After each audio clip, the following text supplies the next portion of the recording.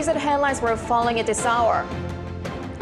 Teachers are to hold nationwide rallies calling for better protection of their rights as they remember an elementary school teacher who took her own life over alleged abuse by parents and a series of other teachers' deaths. The government warns of disciplinary action against the teachers but vows to reform school bills.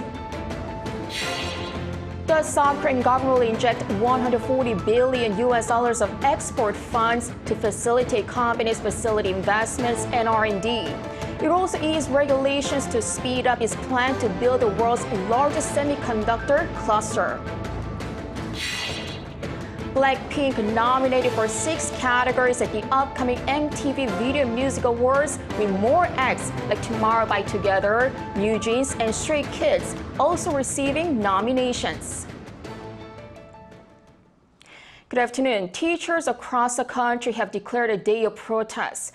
This following the recent deaths of teachers who allegedly suffered abuse of power from students, parents, and institutions.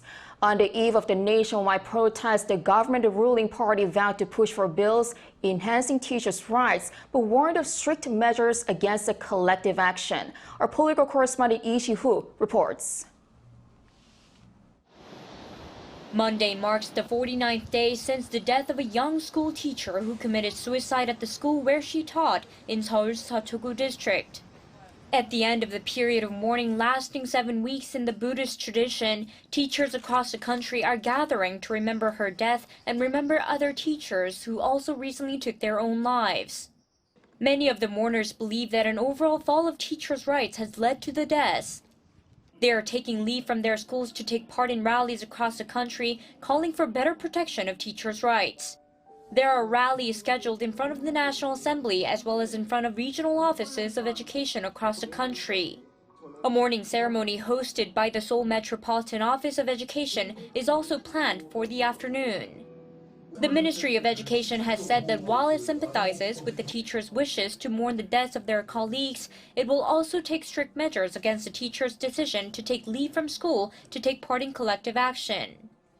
Meanwhile, the presidential office, the government, and the ruling People Power Party on Sunday held a closed meeting to discuss response measures to the teachers' collective action and how to restore teachers' rights in and out of schools. After the meeting, the PPP announced that the party and the government will work to quickly push comprehensive measures to help improve teachers' rights. They will work to push 4 major bills that will help alleviate the difficulties experienced by teachers and help protect teachers from unreasonable complaints and petitions by demanding parents. The bills will also protect teachers from false child abuse accusations. And they will ensure teachers' rights to give guidance to students without being accused of child abuse. An official from the presidential office, too, stressed that the laws and rules must be respected, but also said the office will closely look into the teachers' requests. Meanwhile, the Education and Justice Ministries have launched a joint task force to solve the issue of parents with ulterior motives falsely accusing teachers of child abuse. Lee Si-hoo, Arirang News. The South Korean government will inject $140 billion of export funds to facilitate companies' facility investments and R&D. It would also ease regulations to speed up its plan to build the world's largest semiconductor cluster in Yongin. Our business correspondent Shin Ha-young reports. South Korea's economy is in the early stage of recovery.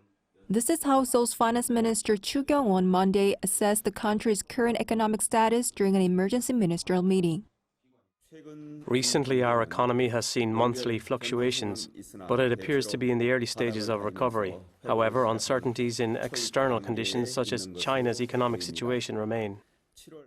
The decline in exports in August narrowed from a month earlier thanks to a recovery in the chip industry. The country also reported a trade surplus for the 3rd straight month. The government expects the fall in exports to narrow further in September, with the trade balance also set to stay in the black. In response to other economic uncertainties, Chu said that the government will remain cautious and focus on strengthening export recovery momentum. To do so, the government will provide 181 trillion Korean won, or roughly $137 billion of development policy financing to exporters through to the end of this year. It also plans to skip a feasibility study related to plans to build the world's largest high-tech chip production cluster so that it can be established more quickly. The massive semiconductor hub announced in March will be built in Yongin, Gyeonggi-do Province, which is close to the capital. To develop next-generation batteries, there will be new R&D projects, including for lithium iron phosphate batteries and sodium-ion batteries. Amid the heating up of OTT platform competition around the world, the government will also create a K-content strategic fund worth around $750 billion to expand its presence in the global entertainment industry. As part of their plans to diversify export regions, the government will target both major markets such as the US and China, as well as emerging markets like the Middle East. In particular, Chu emphasized the importance of China's market, saying that it plans to hold a bilateral finance ministerial meeting with China sometime this year. 신하영, Arirang News. Also announced at the emergency economic meeting were plans to attract more Chinese tourists to South Korea.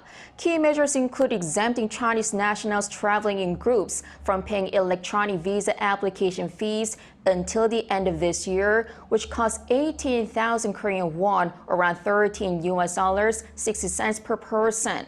The Justice Ministry defines group tours as 3 or more individuals who signed up for a tour through a travel agency designated by the Korean Embassy in China. The government will also increase the number of flights between Korea and China, though it did not specify the exact number. The goal is to triple the number of Chinese travelers from 500,000 in the first half of the year to 1.5 million in the second half. This comes after Beijing lifted its 6-year ban on group tours to Korea last month. President Yoon Suk-yeol plans to ask world leaders to step up efforts to curb North Korea's weapons development program by cutting off the regime's illegal financing schemes.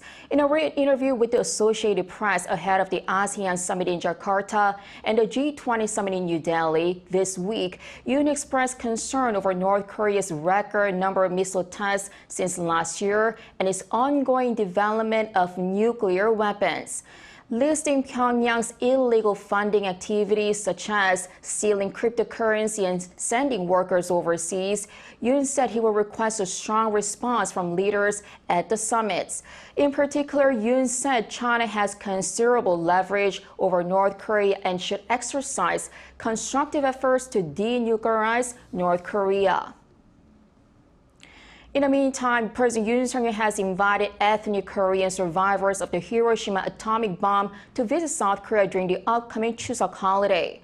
A presidential official said Saturday that the leader had made the request, with the government officially extending the invitation to be part of the Thanksgiving holiday celebrations and to see progress Korea has made over the years.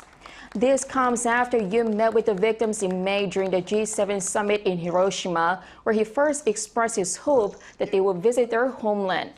Their trip to Korea will likely be arranged by the recently launched Overseas Koreans Office.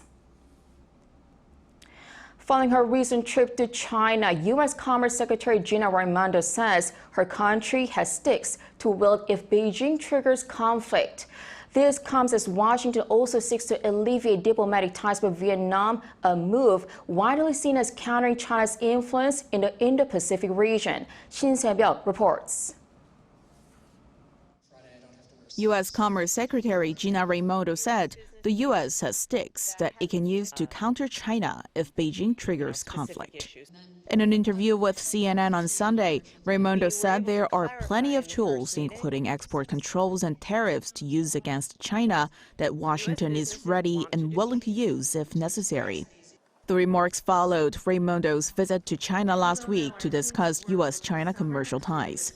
She's the 4th senior U.S. official to visit China this year and the first Commerce Secretary to visit the country in 5 years.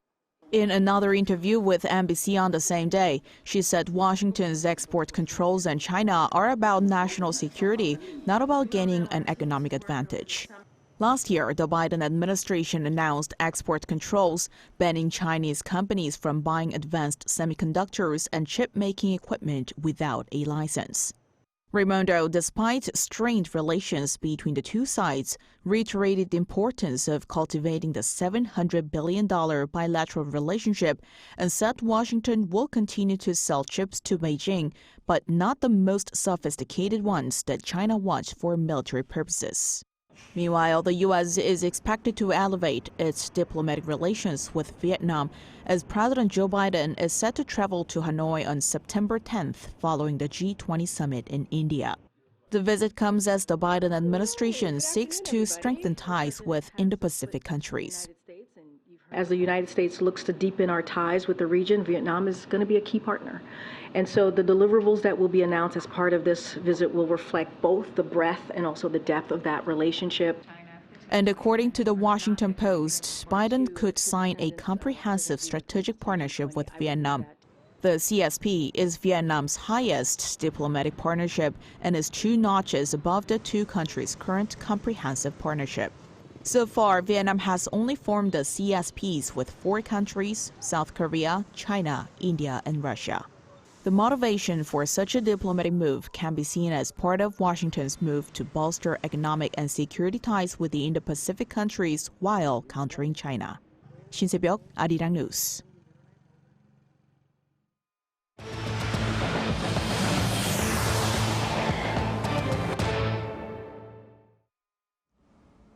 BLACKPINK has been nominated for 6 categories at the upcoming MTV Video Music Awards, one of the major pop music awards in the U.S.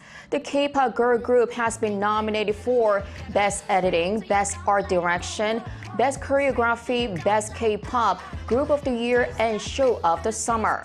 Meanwhile, K-pop boy group Tomorrow by Together has seen its song Sugar Rush Ride nominated in 4 categories, including Push Performance of the Year. Other K-pop artists 50/50, Jungkook, NewJeans, 17, and Stray Kids have also been nominated for awards. This year's VMAs will take place in New Jersey on September 12th, local time. Over the weekend, fierce winds and heavy rain slammed southern China and Hong Kong as Super Typhoon Saola made landfall in Guangdong province, the strongest storm to hit the region in more than 7 decades. China is now bracing for another typhoon. Strong enough to slam a woman onto the ground, Super Typhoon Saola made landfall in South China's Guangdong province on Saturday. Packing winds of 125 miles per hour, the strongest since 1949, the typhoon prompted China's most severe red alert. Nearly 800,000 people were evacuated, 13 cities delayed the start of the school term following the summer break, tens of thousands of fishing boats returned to port, and Taishan nuclear power plant halted outdoor operations. Fallen trees, damaged cars, and flooded roads were seen in Hong Kong, where hundreds of flights have been cancelled. This typhoon seems to be not as strong as a typhoon number 10 before. I was safe at home, but I heard from some friends that their windows got damaged, exhaust fans blew away, or there were leaks and they had to wipe away the water. I live near the sea, so this time I felt the strong winds. The whole apartment felt like it was shaking. Seola later weakened to a tropical storm. Trains, flights, and ferries resumed operations as Guangdong downgraded its emergency response for typhoon from the highest level 1 to level 3. We will stay vigilant in typhoon defense work and strengthen inspections of medium and small rivers, geological hazards in urban areas prone to waterlogging to prevent secondary disasters. While the exact scale of damage is yet to be announced, another typhoon, Haikui, is heading towards China's province of Fujian after passing through Taiwan. Over in the U.S., tens of thousands of attendees at the Burning Man Festival are stuck in the Nevada desert after heavy rain inundated the area. Lee Seung-jae has more. The remote site of the annual Burning Man Festival in northwest Nevada in the U.S. was slammed with 2 to 3 months worth of rain in just 24 hours between Friday and Saturday morning. The heavy rain led to road closures that left around 70,000 attendees stuck in the Nevada desert as the dry desert ground turned into clay-like mud, making it too difficult to walk through. Authorities told attendees on Saturday to seek shelter in the Black Rock Desert and conserve food, water, and fuel as more rainy weather was expected in the area. While a few have managed to leave the area by walking, many RVs and cars became bogged down in mud. Authorities have not provided information on when the roads could reopen, but better weather is expected from Monday. Currently, no driving is allowed in or out of Black Rock City, a full-fledged, thriving temporary metropolis where the Burning Man Festival is held. Meanwhile, the local sheriff's office said it's investigating a death that occurred during the rain event after a body was discovered on Saturday local time. The authorities did not publicly reveal the name of the person or provide details on the circumstances of the death. They added that the individual was found unconscious and that life-saving procedures to revive them were not successful. Each year, tens of thousands of people travel to the remote area in northwest Nevada to take part in the Burning Man Festival to make art, dance, and enjoy a community spirit. Lee Seung-jae, Arirang News. In central Seoul, the sky is embroidered with layers of lights at Dongdaemun Design Plaza to make autumn nights all the more beautiful. Our Chuseok takes us to the 2023 Seoul Light Show. The autumn evening sky in Seoul is filled with the layers of lights. The Seoul Light DDP 2023 Autumn Festival kicked off on Thursday night at Dongdaemun Design Plaza and will run until September 10th. The event has been held since 2019, but only during the winter, and this year is the first time it will be held both in autumn and winter. The main theme of this year's event is digital nature, brought to life through human technology in urban spaces. The highlights of this event are the works of the world-renowned digital art master Miguel Chevalier, as well as the artist and environmental activist Dan Asher. Chevalier is seen as a pioneer of digital art, seeking the harmonious coexistence between nature and artificial elements by using the architecture, history, and seasons of specific locations. At this year's event, he used AI to bring his artwork to the wall of Design Plaza. I have visited Korea many times and have vividly experienced its different seasons. The sensations of the wind and colors and these elements became a major source of inspiration for me. Awaiting visitors on the DDP Grass Hill is another remarkable work of art. Swiss-born artist and activist Dan Asher has used layers of lights to replicate the natural phenomenon of auroras. Having showcased it in 38 countries, including Paris and London, he shared mesmerizing urban auroras and expressed how he felt honored to perform in Seoul. The idea is to recreate this natural phenomenon, but also potentially the feeling that people can have when they see the real northern lights, this feeling of awe, this expansion that appears. Both artists said sharing their artwork in public and open spaces is the key to enjoyment, breaking free from standardized spaces like art galleries. I think it's an amazing show. I haven't seen anything like this before. I think it's picturesque, and I'm fond of this building. That I cannot stop looking at it, and at the same time I'm continuously taking photographs with my mobile phone because every angle that I look at it is so different. These public artworks can be enjoyed daily and free of charge from 8 p.m. to 10 p.m. at Dongdaemun Design Plaza. Chuseok, Arirang News.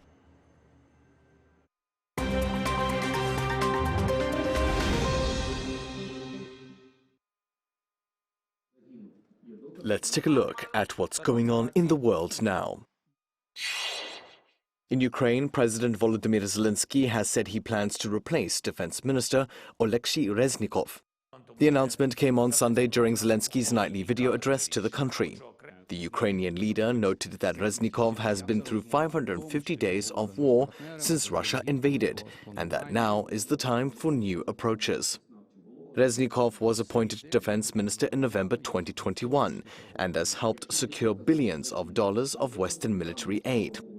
But his ministry has been hit by graft allegations, following reports of the purchase from Turkey of winter uniforms at inflated prices. Reznikov has refuted the allegations, calling them smears. Zelensky plans to replace Reznikov with Rustem Umerov, the head of Ukraine's main privatization fund. The move comes amid efforts to root out corruption in the country's military. Those efforts include Zelensky last month firing officials in charge of military conscription. Moving on to India, where the country successfully launched a rocket to begin the country's first solar mission.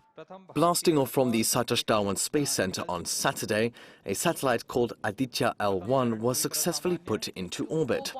The spacecraft aims to study solar winds capable of causing disturbances on Earth, such as auroras. It will travel approximately 1% of the distance between the Sun and the Earth on its 4-month, 1.5 million kilometer journey. Aditya is the Hindu name for the god of the sun, while L1 refers to a spot between the Sun and Earth where the satellite will eventually stop. Last week, India successfully landed a spacecraft near the moon's south pole. Now, Pope Francis has conducted his first Mass in Mongolia. The Pope delivered a sermon in Ulaanbaatar on Sunday to over 1,400 Mongolian Catholics. That's almost all the Catholics in the country.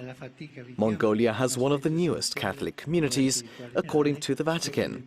It only had 14 devotees back in 1995. The main religion in the country is Buddhism. The Mass was also attended by devotees from regional neighbors, including Chinese Catholics, whom the Pope greeted, saying they should be good Christians and good citizens. And finally, archaeologists in the Peruvian region of Cajamarca have discovered a pre-Hispanic worship site.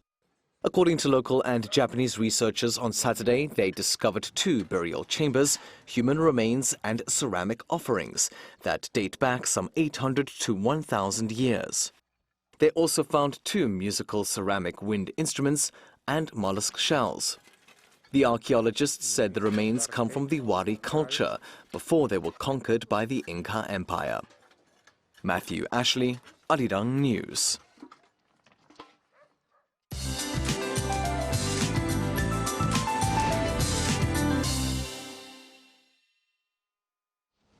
Good afternoon. There's a chance of rain today, so please have a small umbrella handy on your way out. Heavy rain pounded down on west of central regions through the first half of the day. Then central regions could see 5 to 40 millimeters of showers today. Meanwhile, east of Gangwon-do province and Jeju Island could see up to 40 millimeters of showers through tonight. Then there could be a passing rain of 5 to 40 millimeters in inland areas in the latter half of the day, along with thunderstorms. Now, afternoon highs are a few notches higher than what we would usually have around this time of year, hovering around 30 degrees Celsius in most of Korea. Then, except in the west of Jeju Island, the resort island will see much awaited sunny skies with very high UV rays and an expected high of 31 degrees Celsius this afternoon. Well, hope you enjoy the sunshine. It rained for nearly all of the past 2 weeks there. East of Gangwon-do and the East Coast to see rain through the middle of this week, but elsewhere can expect much brighter conditions with afternoon warmth. Now that's Korea for you, and here's a look at the international weather conditions.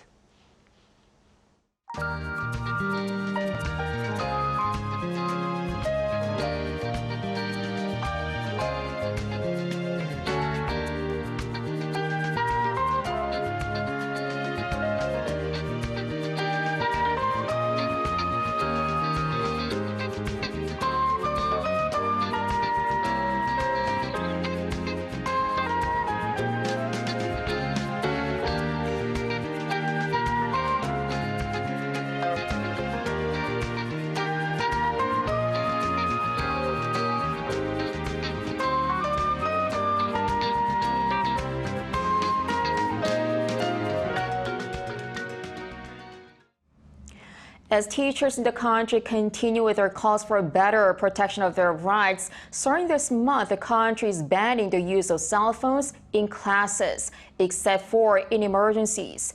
Teachers can give a warning to those who refuse to comply or even take away their cell phones. Also, students who disturb classes will be moved to other seats or outside the classroom.